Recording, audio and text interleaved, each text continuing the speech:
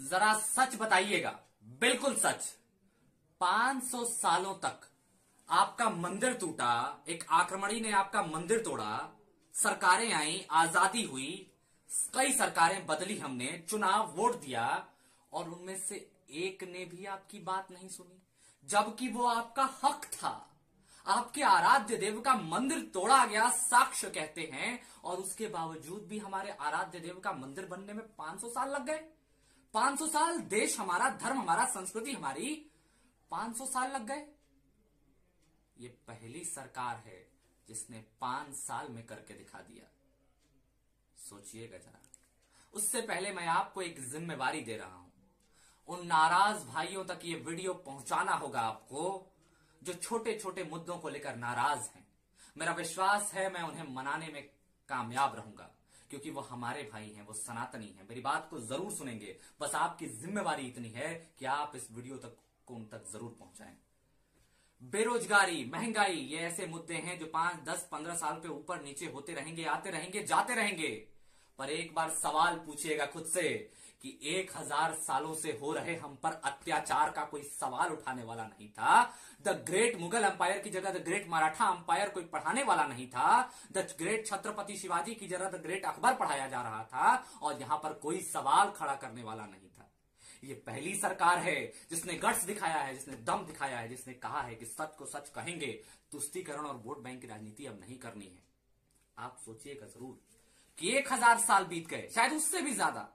पहला आक्रमण हुआ 712 में, उसके बाद 1300 साल से भी ऊपर होने जा रहे हैं, और हमने 70-75 साल में कई सरकारें बदली। किसी ने नहीं सोचा कि जो गलत है उसे गलत कहें, वोट बैंक की राजनीति से बाहर निकले। यह आपकी चुनी हुई पहली सरकार है जिसने इन मुद्दों को एड्रेस किया है, और अगर यह हार हो गई तो तैयार रहिएगा, आपकी आवाज कोई नहीं सुनने आएगा। क्योंकि याद रखिए, ये लोग जो जाति के नाम पर आपको बांट रहे हैं, जब हम पर आक्रमण हुए थे, जब 1990 में कश्मीरी पंडितों को घर से निकाला गया था, तो उनकी जाति नहीं पूछी गई थी, उनका धर्म पूछा गया था। हम हमेशा शांति से रहे हैं, आपको पढ़ाया गया है एकता एकता, ठीक है, हम स्वीकार करते हैं, ये देश सबको स्वीकार करता है, स्वीकार करेगा, पर हम तो हमेशा से शांति से रहे हैं। पर ये सियासतदान जिनको आप वोट करके जिताते आए हैं आज तक, ये वोट बैंक की राजनीति के लिए आपके मुद्दों को बौना बना देते हैं और आपको बांट देते हैं जातियों में, हम बट जाते हैं। पर याद रखिएगा, अगर इस बार बटे तो अब हमारे मुद्दों को कोई उठाने नहीं आएगा। छत्रपति शिवाजी के उस बलिदान का बखान करने कोई नहीं आएगा। महाराणा प्रताप हमेशा हारते रहेंगे, जीत कर भी हारते रहेंगे, सच को भी झूठ बताया जाएगा, क्योंकि यह इतिहास है। शाहजहां को आदर्श बताया जाएगा, ना कि छत्रपति शिवाजी को।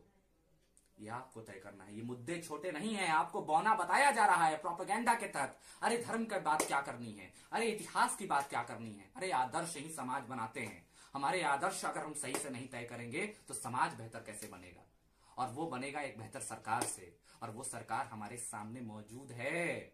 हम जातियों में बट रहे हैं, याद रखिएगा, हर जाति ने इन 1300 सालों में अपना खून बहाया है। हर जाति के लोगों की बेटियों को उठाकर ये लेकर जाते थे, हजारों और लाखों की संख्या में, कोई 50, 100, 10, 20, 30 नहीं, हजारों और लाखों की संख्या में लोग लेकर गए हैं।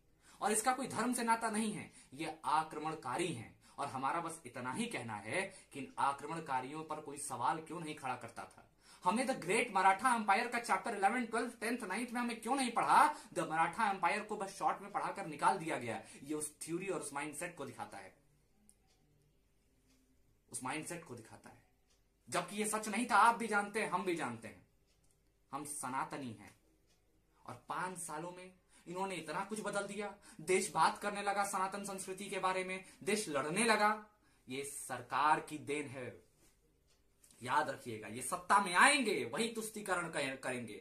उनको बचाने के लिए आपको तोड़ेंगे, नहीं एड्रेस करेंगे उन मुद्दों को जो जरूरी हैं, नहीं एड्रेस करेंगे उस इतिहास को जो जरूरी है, जो हमें जानना चाहिए, नहीं बताएंगे ये।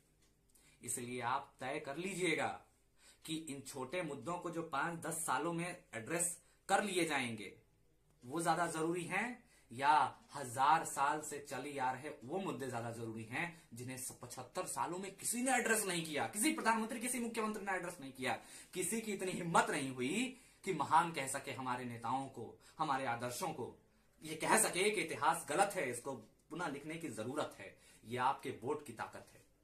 आज गुंडा राज कंट्रोल हुआ है, आज गुंडागर्दी कंट्रोल हुई है, बुलडोजर चल रहे हैं उन माफियाओं के ऊपर, ये आपकी वोट की ताकत है। आज देश विकास कर रहा है, आज पाकिस्तान में घुस कर मार रहा है, म्यांमार में घुस कर मार रहा है, किसी की परमिशन लेने की जरूरत नहीं पड़ रही है। ये आपके वोट की ताकत है, ये आपके नेता की ताकत है जो आपने दी है। इसलिए नेता बहुत जरूरी है एक राष्ट्र को बनाने में।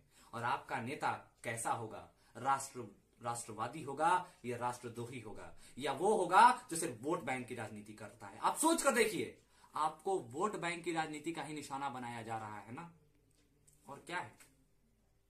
इसलिए सोच लीजिएगा, वोट जाति पर करना है या एक सनातनी होने पर, क्योंकि खून तो सबका बराबर बहा है। और पूछते नहीं थे कि आप किस जाति से हैं, याद रखिएगा। और ये जिम्मेवारी हर उस भारतीय और हिंदुस्तानी पर मैं छोड़ रहा हूं जो हमसे नाराज हैं, उन तक ये वीडियो जरूर पहुंचाइए।